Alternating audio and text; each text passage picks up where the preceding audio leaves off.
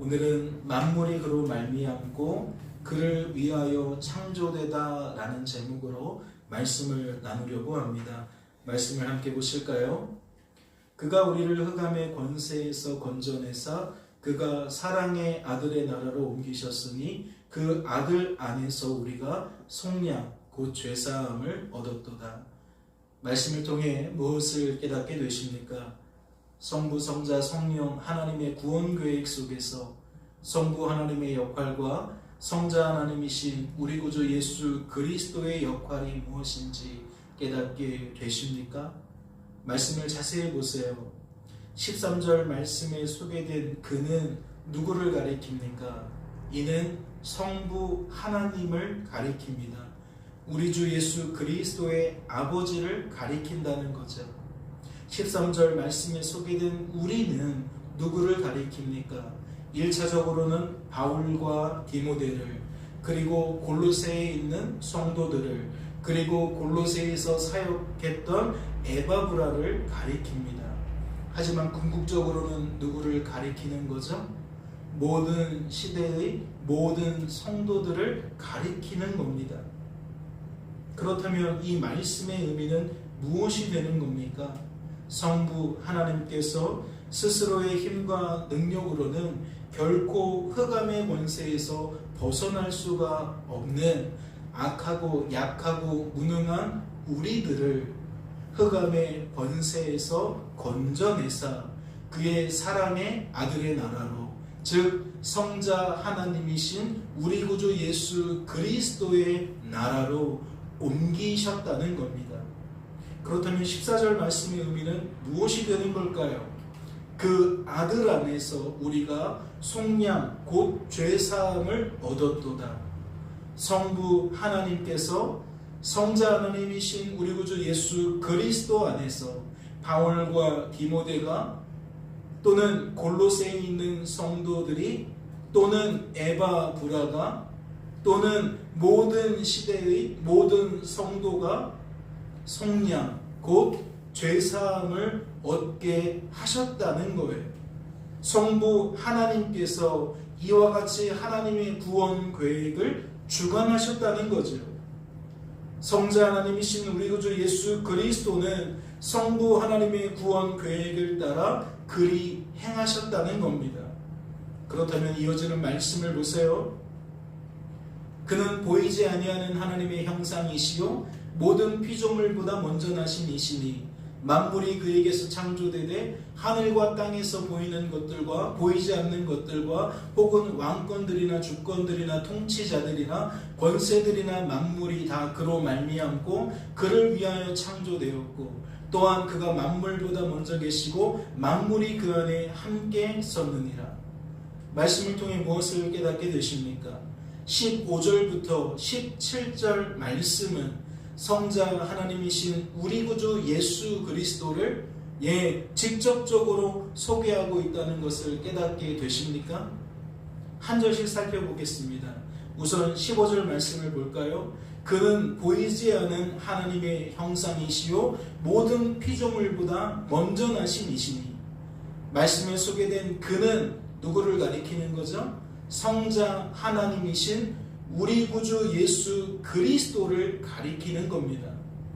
말씀은 성자 하나님이신 우리 구주 예수 그리스도를 어떻게 표현합니까? 어떻게 소개합니까? 성도된 우리들에게 어떻게 알려주고 있냐는 거예요.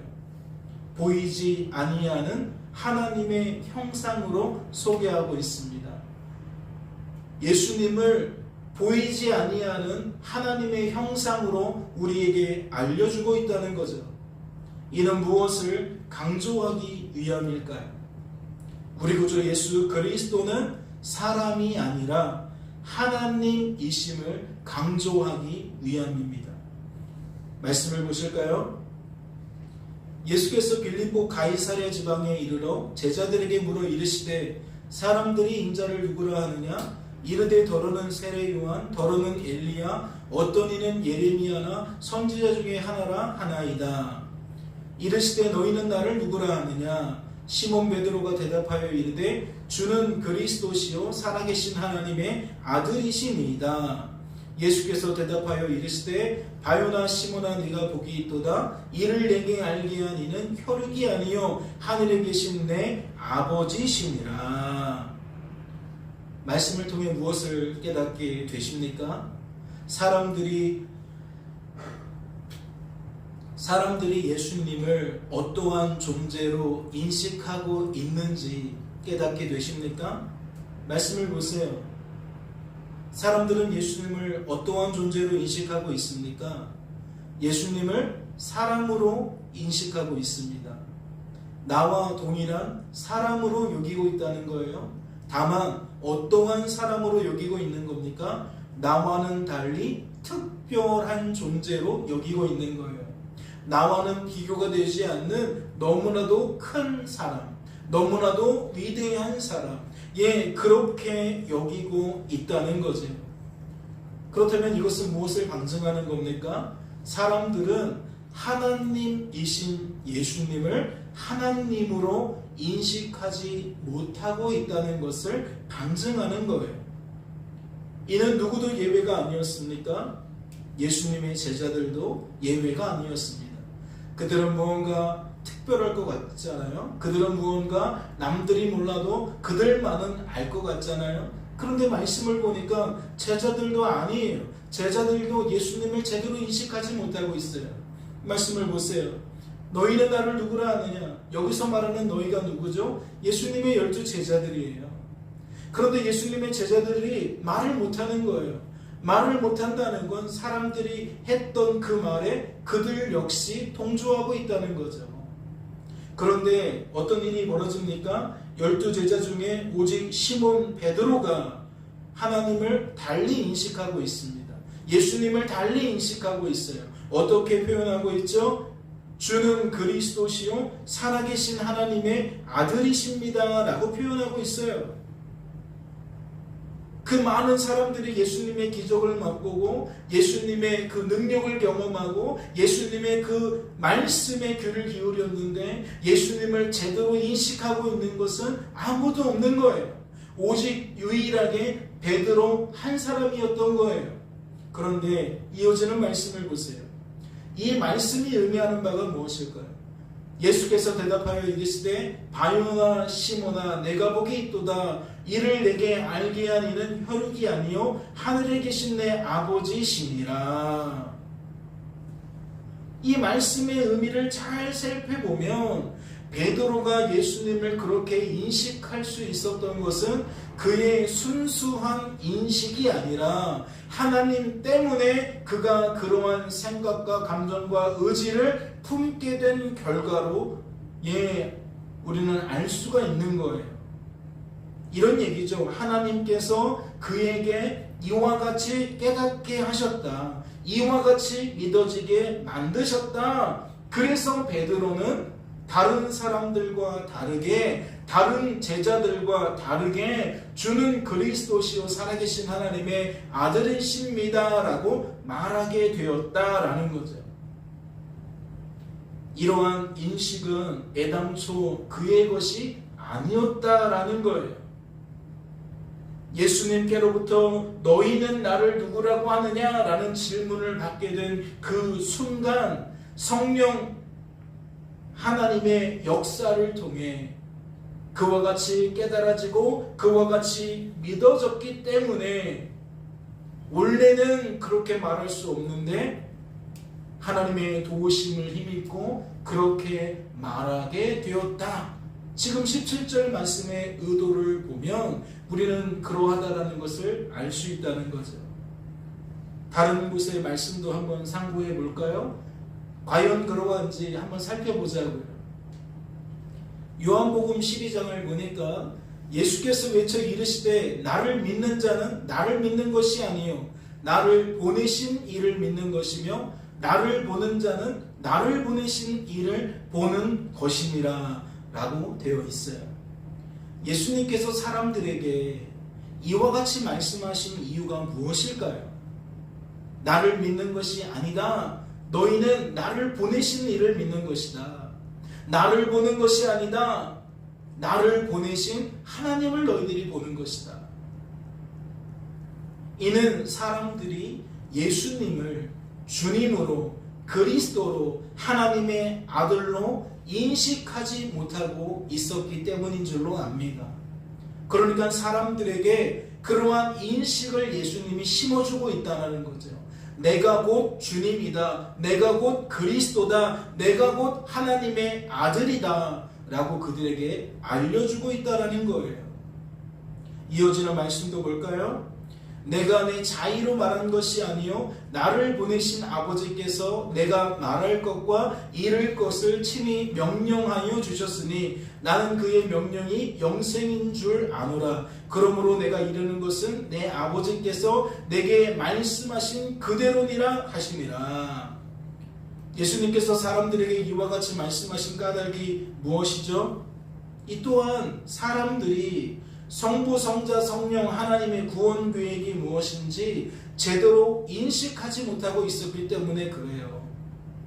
하나님이신 예수님을 성부 하나님께서 왜 이 땅에 보내셨는지, 그분을 통해 어떠한 일을 하시려고 보내셨는지, 그분을 통해 우리는 어떠한 은혜를 누리게 되는 것인지 사람들은 제대로 인식하지 못했다는 거예요. 예수님이 어떠한 분이신지도 모르고 예수님이 어떠한 일을 하기 위해 오셨는지도 모른다는 얘기죠. 자, 말씀을 보세요. 제자들은 처음에 이 일을 깨닫지 못하였다가 무엇을 방증하는 겁니까? 사람들이 제대로 인식하지 못했다라고 조금 전에 우리가 살펴보았는데 그 사람들 중에는 누구도 섞여 있어요? 앞서 마태복음을 통해서 확인했던 것처럼 제자들도 섞여 있는 거예요. 제대로 인식하지 못하기는 예수님 곁에서 예수님을 졸졸 따라다니던 그들도 매한가지였다라는 거죠. 성부, 성자, 성령 하나님의 구원 계획을 제대로 알지 못하기는 매한가지였다는 것이고, 내가 지금 따르고 있는 이 예수님이 어떠한 분인지 무엇하기 위해 오셨는지 제대로 인식하지 못하기는 매한가지라는 겁니다.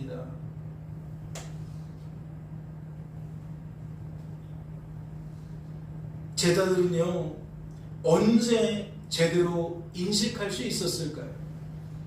그렇다면 제자들은 언제 예수님이 과연 주님이셨구나, 과연 그리스도셨구나, 과연 하나님의 아들이셨구나, 그분이 이 땅에 오신 까닭은 이와 같이 우리를 우리의 죄에서 구원하시기 위함이었구나, 언제 알았다는 거죠?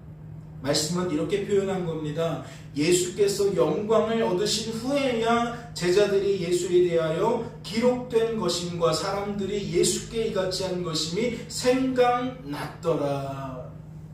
영광을 얻었다라는 건 어떤 사건을 말하는 거예요? 십자가 구속의 사건을 말하는 거예요. 십자가 대속의 사건을 말하는 거예요. 즉 우리를 우리의 죄에서 구원하기 위해 십자가에 달려 죽으신 그 사건, 우리의 죄값을 대신 지불하시기 위하여 십자가에 달려 죽으신 그 사건, 그 구속의 사건, 그 대속의 사건을 통해 비로소 사람들이 알게 되었다는 거예요.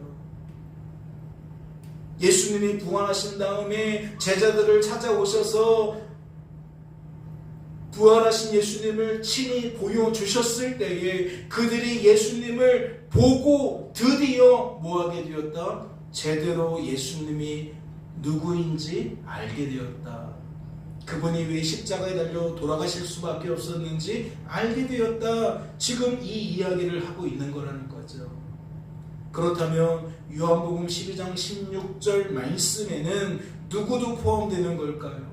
여기서 말하고 있는 이 제자들 속에 누구도 포함되는 걸까요?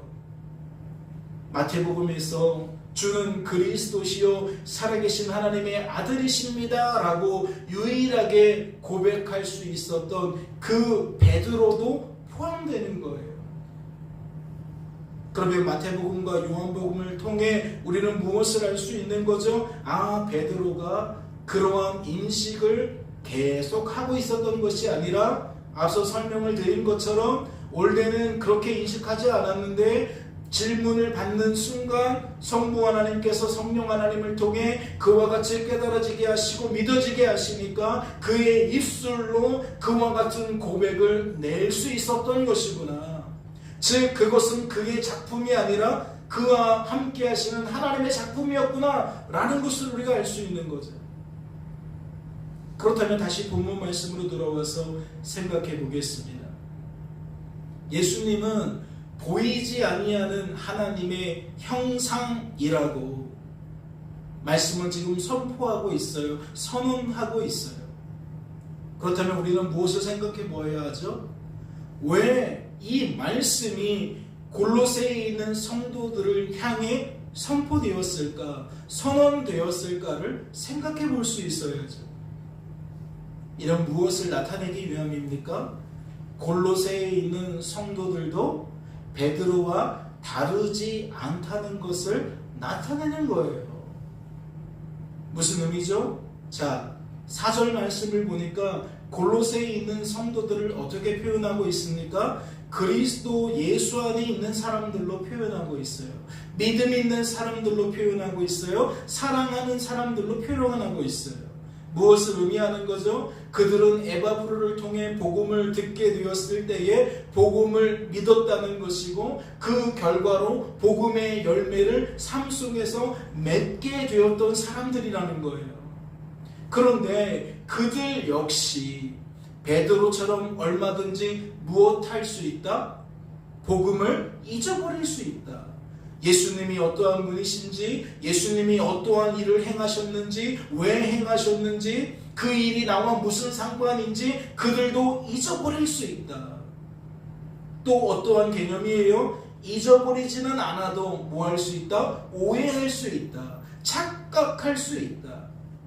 알기는 아는데 무언가 잘못 안다는 거죠. 원래 알던 것에서 조금 비틀어진 채로 알게 된다는 거예요. 그렇다면 이것은 어떠한 의미를 담고 있는 겁니까? 하나님께서 바울을 통해 골로새에 있는 성도들에게 예수님을 주님으로, 그리스도로, 하나님의 아들로 다시 알려주고 계신다라는 의미를 담고 있는 거예요. 하나님께서 바울을 통해 골로새에 있는 성도들에게 성부, 성자, 성령 하나님의 구원 계획이 무엇인지 지금 다시 풀어주고 있는 것으로 우리는 확인할 수가 있다라는 거죠. 그렇다면 이러한 의미는 오늘 우리들이 수요 예배를 드리고 있는데 우리들에게는 어떻게 적용이 될까요? 하나님께서 목회자인 저를 통해 여러분에게 친히 예수님이 어떠한 분이신지 다시 알려주고 계시는 것으로 우리는 받아들일 수가 있는 거죠. 하나님께서 목회자인 저를 통해 여러분에게 친히 성부, 성자, 성령 하나님의 구원 계획을 다시 풀어주고 계시는 것으로 우리들은 적용할 수 있다는 거예요. 그렇다면 다시 말씀을 보세요. 그는 보이지 않는 하나님의 형상이시요 모든 피조물보다 먼저 나신 이시니. 말씀은 성자 하나님이신 우리 구주 예수 그리스도를 어떻게 소개하고 있습니까? 모든 피조물보다 먼저 나신 이로 소개하고 있습니다. 그렇다면 이것은 어떠한 의미를 담고 있을까요? 성자 하나님이신 예수님은 성부 하나님께서 창조하신 첫 번째 피조물이라는 의미를 담고 있는 걸까요? 그럴 수 없겠죠. 만약 그러하다면 어찌 예수님을 우리들이 하나님으로 부를 수 있겠어요?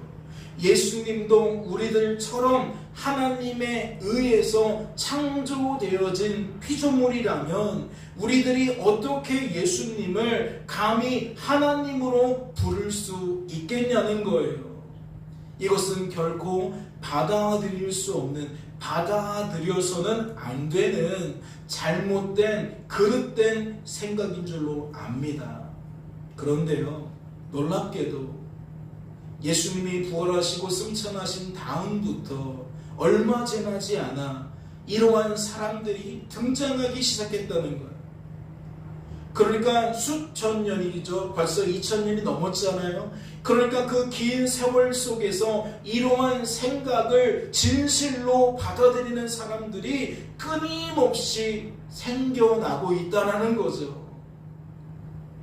그래서 그들은 어떠한 생각을 품고 있느냐? 하나님께서 우리들과 다를 바 없는 사람인 예수님을 하나님보다는 부족하지만 인간인 우리들보다는 훨씬 탁월한, 아니 천사들보다도 훨씬 탁월한 특별한 존재로 변화시켜 주셨다고 여긴다는 거예요. 다시 말해 신적인 존재로 사람인 예수님을 변화시켜 주셨다고 받아들인다는 거죠. 그래서 그들은 예수님을 믿으면 자신들도 예수님처럼 특별한 존재로, 신적인 존재로 변화될 것이라고 굳게 믿는다는 거예요. 하지만 이러한 생각은 전혀 성경에서 말하고 있는 이야기가 아니에요. 성경을 제대로 보지 않고 자기가 보고 싶은 대로 본 결과라는 거죠. 말씀을 다시 보세요. 예수께서 외쳐 이르시되 나를 믿는 자는 나를 믿는 것이 아니요 나를 보내신 이를 믿는 것이며 나를 보는 자는 나를 보내신 이를 보는 것이니라 라고 되어 있어요. 예수님은 자신을 어떻게 소개하고 있는 거죠? 이는 아직 예수님께서 십자가에 달려 죽기 전의 상황인데도 불구하고 나를 보는 자는 곧 나를 보내신 하나님을 보는 것이라고 소개하고 있어요. 앞서 이야기한 사람들은 하나님께서 십자가 사건을 통해 사람인 예수님을 신적인 존재로 부활시켰다고 주장하거든요. 예수님이 십자가에서 죽었는데 다시 살아나실 때에는 어떠한 존재가 되었다? 사람이 아니라 사람을 뛰어넘는, 천사를 뛰어넘는 탁월한 존재로 부활되어진 것이다 라고 주장하는데, 예수님은 이미 십자가 사건 이전에 당신을 어떠한 존재로 소개하고 있느냐? 당신을 하나님으로 소개하고 있다는 거예요. 다시 말해 자신을 성부 하나님과 동등한 존재로 소개하고 있다는 거죠. 나를 보는 것이 곧 하나님 아버지를 보는 것이다 라고 이야기하는 것은 나를 보는 것과 하나님을 보는 것이 차이가 없다는 이야기를 드러내는 거거든요. 그렇다면 묻지 않을 수 없어요. 그는 보이지 아니하는 하나님이시 형상이시요 모든 피조물보다 먼저 나신 이라고 소개하고 있는데, 모든 피조물보다 먼저 나신 이라는 이 표현은 어떠한 의미를 담고 있는 걸까요? 이것은 예수님이 첫 번째 피조물이라는 의미가 아니라 예수님은 오히려 피조물이 아니라는 의미를 담고 있는 거예요.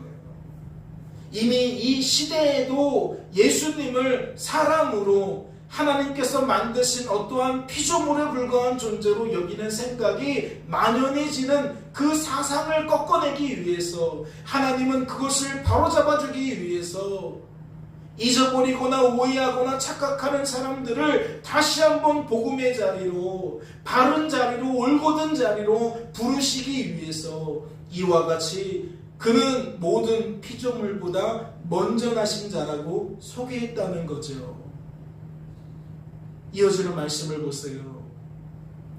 만물이 그에게서 창조되되 하늘과 땅에서 보이는 것들과 보이지 않는 것들과 혹은 왕권들이나 주권들이나 통치자들이나 권세들이나 만물이 다 그로 말미암고 그를 위하여 창조되었고. 말씀은 모든 피조물보다 먼저 나신 이를 어떻게 소개하고 있습니까? 성자 하나님이신 우리 구주 예수 그리스도를 어떠한 분으로 표현하고 있냐는 거예요. 말씀을 보니까 만물의 창조자로 소개하고 있습니다. 하늘과 땅에 보이는 모든 것들과 보이지 않는 모든 것들을 창조하신 분으로 예수님을 소개하고 있다는 거지요.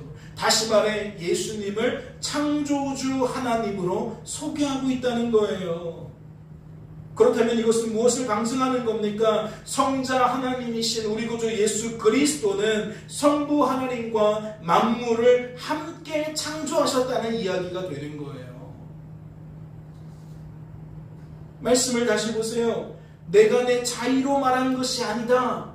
나를 보내신 아버지께서 내가 말할 것과 이를 것을 친히 명령하여 주셨다.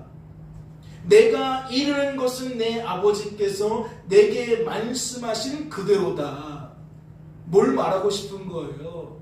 하나님의 뜻이 지금 나를 통해 너희들에게 드러나는 것이다 라고 말하는 거예요. 성부 하나님과 성자 하나님은 따로따로 사역하는 것이 아니라 하나의 뜻을 가지고 함께 일하시는 분이라는 것을 나타내고 있다라는 거죠. 그러니까 이 말씀을 통해 우리는 무엇을 알 수 있느냐? 성부, 성자, 성령 하나님의 구원 계획이 어떠한 방식으로 이루어지는지를 알려준다는 거예요. 성부 하나님은 뜻을 세우셨다면 성자 하나님이신 예수님께서는 그 뜻을 실행하셨다라는 거죠. 그렇다면 이로 보건대 성부, 성자, 성령 하나님의 창조 계획은 어떠한 방식으로 이루어졌을까요? 하나님의 구원 계획이 이와 같이 함께 일하시는 방식으로 이루어졌다면 하나님의 창조 계획은 과연 어떠한 방식으로 이루어졌겠냐는 거예요. 말씀은 그 힌트를 우리들에게 이와 같이 소개합니다. 하나님이 이르시되 우리의 형상을 따라 우리의 모양대로 우리가 사람을 만들고 그들의 바다의 물고기와 하늘의 새와 가축과 온 땅과 땅에 기는 모든 것을 다스리게 하자 하시고, 우리가 주목해야 될 단어가 뭐예요? 우리라는 단어예요. 우리. 하나님이 창조를 하시는데 모든 만물을 보이는 것이든 보이지 않는 것이든 하늘에 있는 것이든 땅에 있는 것이든 그분이 창조하시는데 어떻게 창조하셨다고 소개해요? 우리가 창조했다고 소개해요. 그러니까 하나님인 그분을 우리라고 표현하고 있다는 거죠. 무엇을 나타내는 거예요? 창조 사역이, 창조 계획이 성부, 성자, 성령 하나님이 함께 일하는 방식으로 이루어졌다는 것을 소개하고 있는 거예요. 다시 한번 말씀을 정리해요. 하나님의 구원 계획과 하나님의 창조 계획은 일하시는 방식이 달라요? 같아요? 예, 같아요. 하나님은 언제나 함께 일하신다는 거예요.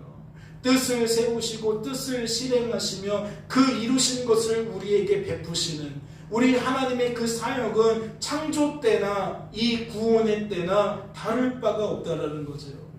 그렇다면 다시 말씀을 보세요. 만물이 다 그로 말미암았다는 것은 만물이 그에게서 창조되었다는 의미를 반복하는 겁니다. 다시 말해 성자 하나님이신 우리 구주 예수 그리스도께서 만물의 창조주라는 것을 나타낸다는 거죠. 그렇다면 그를 위하여 창조되었다는 것은 어떠한 의미를 담고 있을까요? 성자 하나님이신 예수님이 성부 하나님과 함께 창조 사역을 감당하셨다, 이해가 됐잖아요. 그런데 그 다음 말, 그를 위하여 창조되었다라는 것은 과연 어떠한 의미를 담고 있겠냐는 거예요. 이는 창조주를 찬양하도록 창조되었다는 의미를 담고 있는 거예요. 다시 말해 모든 피조물은 창조주를 찬양하는 것이 무엇이다? 본분이다. 제일된 목적이다. 지금 말씀은 그렇게 설명하고 있다라는 거죠. 다시 말씀을 정리드려요. 만물이 다 그로 말미암았다는 것은 하나님으로부터 모든 것들이 창조되었다는 의미인데, 하나님은 성부 하나님만 의미하는 것이 아니라 성자 하나님과 성령 하나님을 함께 의미한다는 거예요. 특별히 16절에서는 무엇을 강조하는 거죠? 성자 하나님이신 우리 구주 예수 그리스도가 또한 창조주였다라는 것을 강조하는 거예요. 그리고 이어지는 말씀, 그를 위하여 창조되었다라는 것은 어떠한 의미라고요? 그분을 찬양하도록 우리가 창조되었다라는 의미라는 거예요. 우리의 본분은, 우리의 죄일된 목적은 무엇이다? 창조주이신 하나님을 찬양하는 것이다. 지금 그 이야기를 담고 있다는 거죠. 그런데 16절 말씀은 누구를 강조하는 거예요? 예수님을 강조하는 거예요. 그러니까 이는 어떠한 의미가 되는 것이냐? 모든 만물은 예수님을 찬양하도록 창조되었다는 거예요. 이해가 되시죠? 자, 말씀을 보세요. 찬송하리로다. 하나님 곧 우리 주 예수 그리스도의 아버지께서 그리스도 안에서 하늘에 속한 모든 신령한 복을 우리에게 주시되 곧 창세전에 그리스도 안에서 우리를 택하사 우리로 사랑 안에서 그 앞에 거룩하고 흠이 없게 하시려고 그 기쁘신 뜻대로 우리를 예정하사 예수 그리스도로 말미암아 자기 아들들이 되게 하셨으니 이는 그가 사랑하시는 자 안에서 우리에게 거저 주신 바 그의 은혜의 영광을 찬송하게 하려는 것이라. 여기서도 하나님의 구원 계획이 어떠한 목적을 갖고 있는지, 어떠한 의도를 가지고 있는지 정확하게 소개하고 있는데 그것을 우리는 어떻게 알 수 있어요? 말씀을 보니까 찬송으로 시작해서 찬송으로 맞춰지는 것을 통해 알 수 있어요. 그렇다면 미로 보건대 어떠한 연관성이 있음을 알 수 있는 거죠? 성부, 성자, 성령 하나님의 구원 계획과 성부, 성자, 성령 하나님의 창조 계획은 어떠한 관계가 있냐는 거예요. 찬송이라는 단어 하나만 가지고도 이 둘 사이가 깊이 연관이 되고 있잖아요.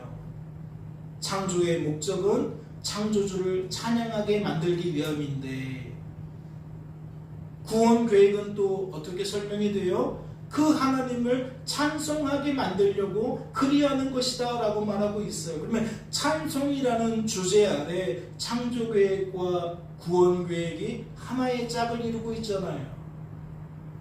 이는 무엇을 나타내는 거죠? 사람이 죄를 범함으로 무엇이 망가졌을까요? 하나님의 창조계획이 망가졌겠죠. 죄를 범한 인생은 더 이상 하나님을 찬양하지 않는 존재가 되어버린 거예요. 창조주이신 하나님을 찬양하는 대신에, 창조주이신 하나님께 감사하는 대신에 하나님이 아닌 것들에게 찬양을 돌리고 하나님이 아닌 것들에게 감사를 돌리는 그러한 존재가 되어져 버렸다는 거죠. 그 죄라는 것이 우리의 본성을 그 죄에 묻게 만들어서 우리가 우리의 본분을 망각하도록, 우리가 우리의 본분대로 살아가지 못하도록 우리를 올감했다는 거예요. 그래서 말씀은 우리를 죄의 노예라고 부르죠. 죄의 종이라고 불러요. 그런데 구원 계획은 무엇이냐? 그러한 우리들의 신분을 회복시키는 거예요.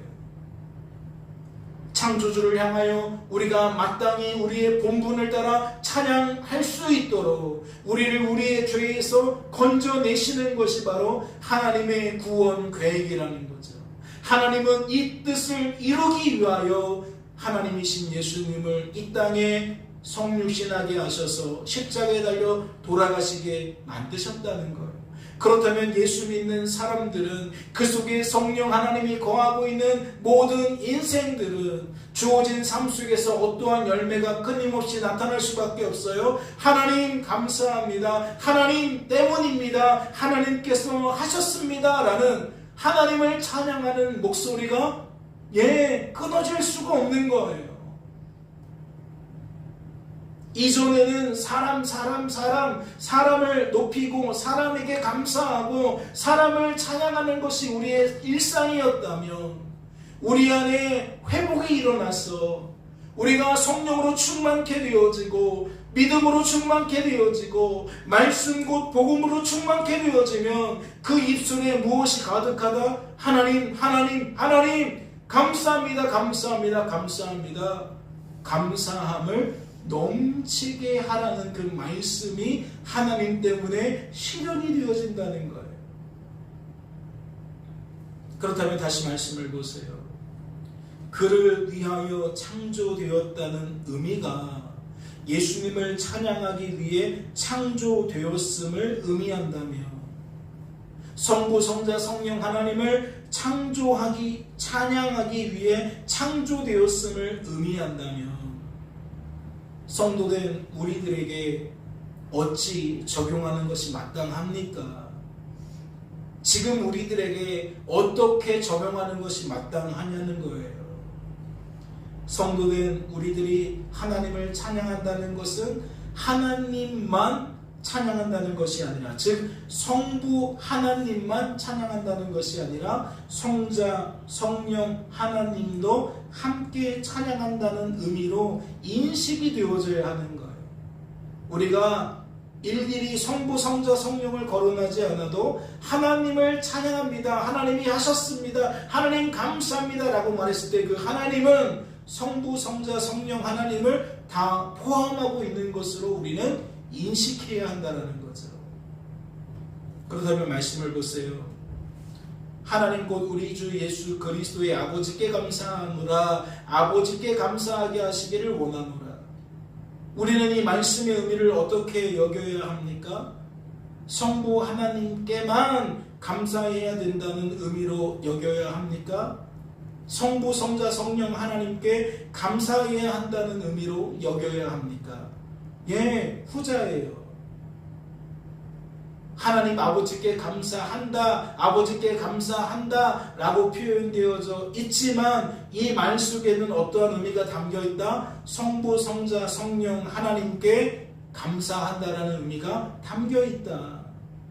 다만 하나님 아버지께라는 이 반복적인 표현을 통해 우리는 무엇을 간과하면 안 돼요? 저자의 의도를 간과해서는 안 돼요. 하나님께서 골로새를 기록할 때에 굳이 하나님 아버지께 감사하라는 말을 이와 같이 반복하게 하셨다면 이것은 분명 어떠한 이유가 있었기 때문이라는 거죠.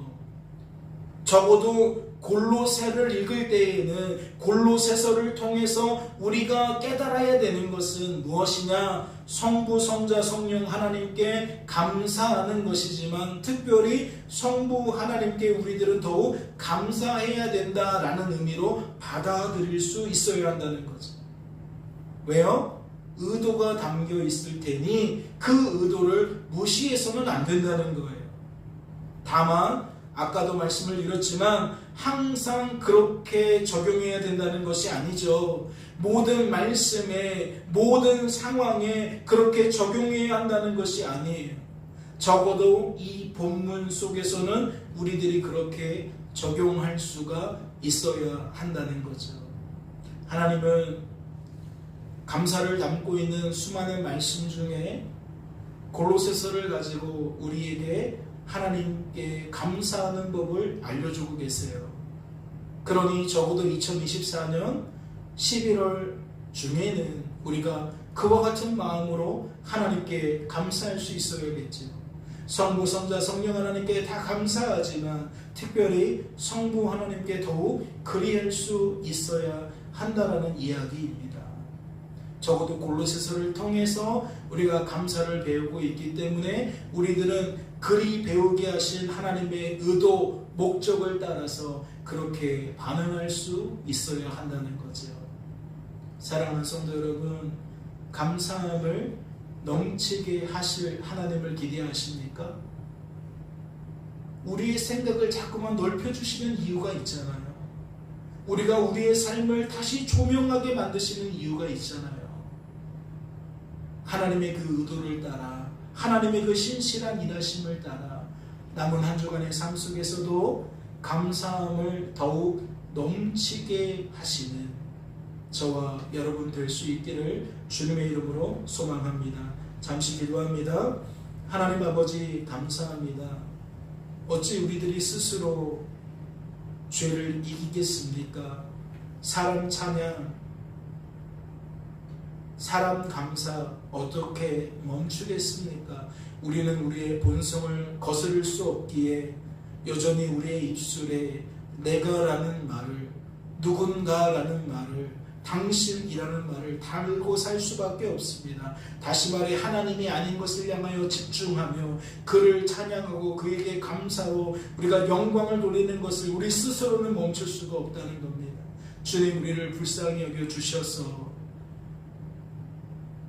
말씀을 통해 친히 강권적으로 역사해 주시고 그러한 우리의 한계를 뛰어넘게 하셔서 그러한 우리의 한계를 극복하게 하셔서 우리를 우리의 죄에서 머무는 것이 아니라 흑암의 권세에서 건져내시는 것과 같이 우리를 그 언어 속에서 건져내셔서 그러한 인식 속에서 건져내셔서 남은 한 주간의 삶 속에서는 하나님께서 하신 일이 하나님께서 하신 일로 여겨지게 하시고 우리의 입술로 더욱 하나님을 찬양하며 하나님께 감사로 영광을 올려드릴 수 있는 회복의 역사, 구원의 놀라운 능력을 체감하는 역사를 경험할 수 있도록 주님 축복하여 주시옵소서. 주께서 우리를 붙들어 주실 줄로 믿고 감사드리며 이 모든 말씀 우리를 죄에서 구원하신 예수님의 이름으로 기도하옵나이다.